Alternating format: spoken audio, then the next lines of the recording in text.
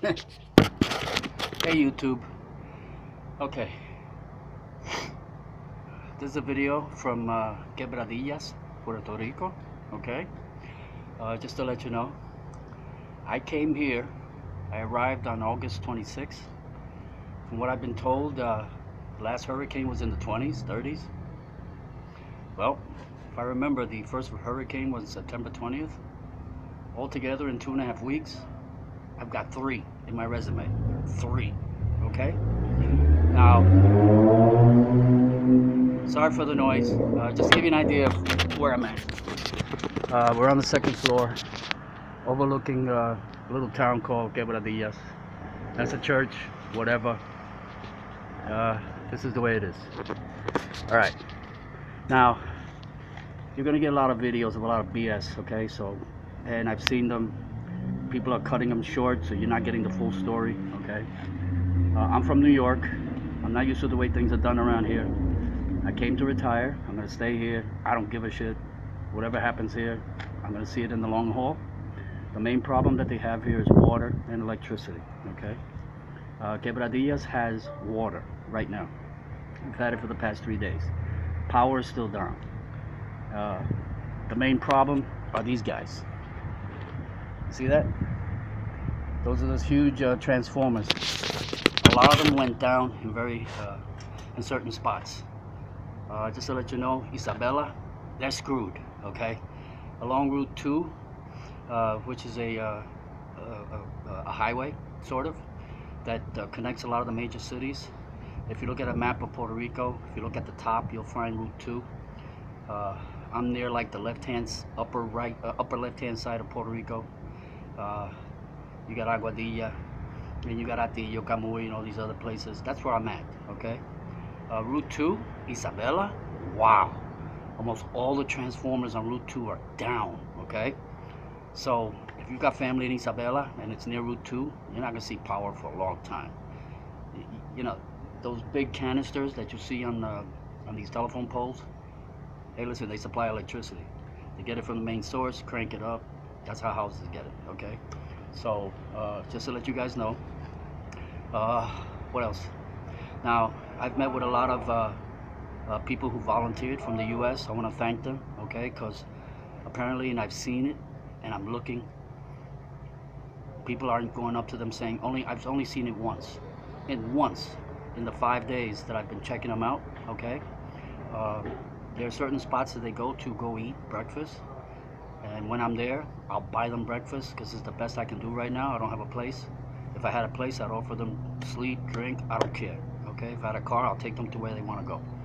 But these people, Puerto Ricans who live here, do not go up to these people who volunteer from the U.S. to help them out. They don't have to. They left their families. They left their, whoever it is, their loved ones in the States to come here to help out the island. They don't go up to them and say, thank you for your service. I've only seen it once, okay? And that pisses me off. And I'm Puerto Rican, okay? Anyway, they're very complacent here. The people here just take things easy, like no big deal. If I go up to somebody and say to them, guess what, there's a tsunami coming, they're gonna tell you, hey, it's a big wave, let's not make a big deal. So, I don't know what to say. Water is a major problem, and like I said, electricity. Without power, the banks won't issue money because they don't know if you got money in the account. They don't know what the hell's going on.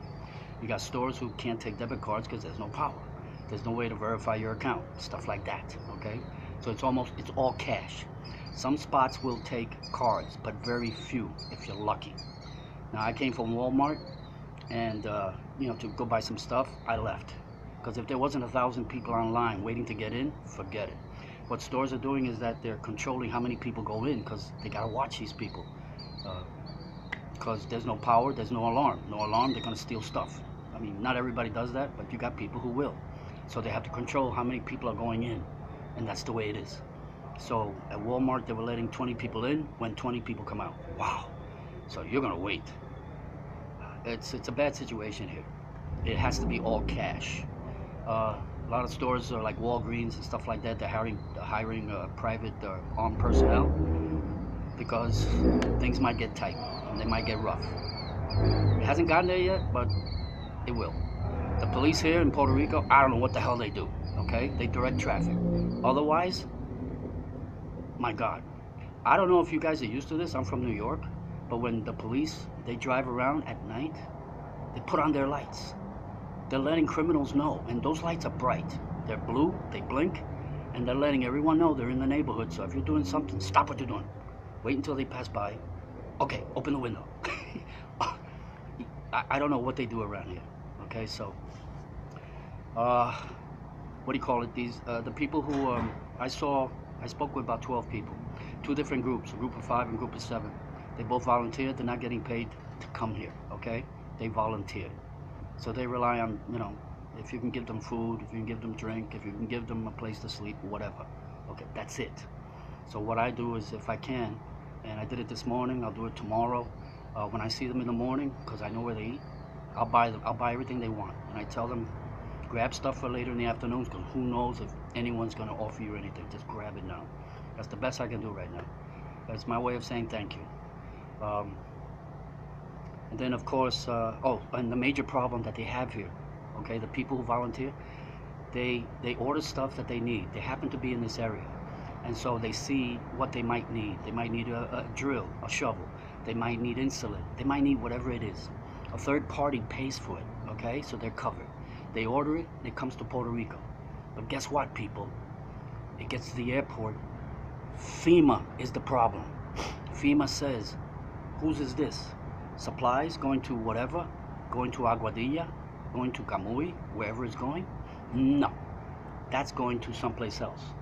They're redirecting the supplies. So some of the guys are not getting the stuff. FEMA has nothing to do with it. In other words, they're not paying for it. But they're taking over, and they're deciding where these things go. Yet these people who volunteer, if you have someone who lives in Camuy and they needed insulin, so these guys will order it. Someone else is paying for it. But when it gets here, FEMA says, excuse the language, fuck that. It's going to go to San Juan. It's going to go to someplace else. So if you were paying for it, you're not going to do that anymore. Because your people whom you paid the plane for to go to Puerto Rico, you're not paying their salaries because they're not getting a salary. Yet they're saying they need certain supplies. You paid for it. It gets to Puerto Rico. You find out they didn't get it. Oh, so you're going to stop supplying. It's bullshit. Now, of course, you're going to get some people who are going to blame Trump. Of course, it's Trump's fault that I'm getting a suntan because the sun is baking. So that's his fault, racist Trump. What he should have done, if he was racist, he should have sent maybe just 200 advisors to Puerto Rico. Tell them, listen, take your time, figure out the problem. And, because I don't like Puerto Ricans, I don't like blacks, I don't like Muslims, I don't like this, that. To just make some sort of effort and we'll see what happens. No. He sent what, 5,000 guys? I see helicopters all over the place. They have a floating hospital not far from where I'm at, because I'm near I'm about 1.5 miles from the beach, and they have a floating hospital there. You're not going to get videos of that shit. So, all you Trump haters, you'll find a way, because, racist Trump, because of him, he should have been able to figure out how to block the sun. It's his fault because he hates Puerto Ricans, so he wants them to burn to death. So I know it's his fault. It's his fault. Yeah, somehow it's his fault. And if he finds a cure for cancer, he's still racist. Doesn't matter, right? Yeah. Okay. So now, the way these volunteers work, okay?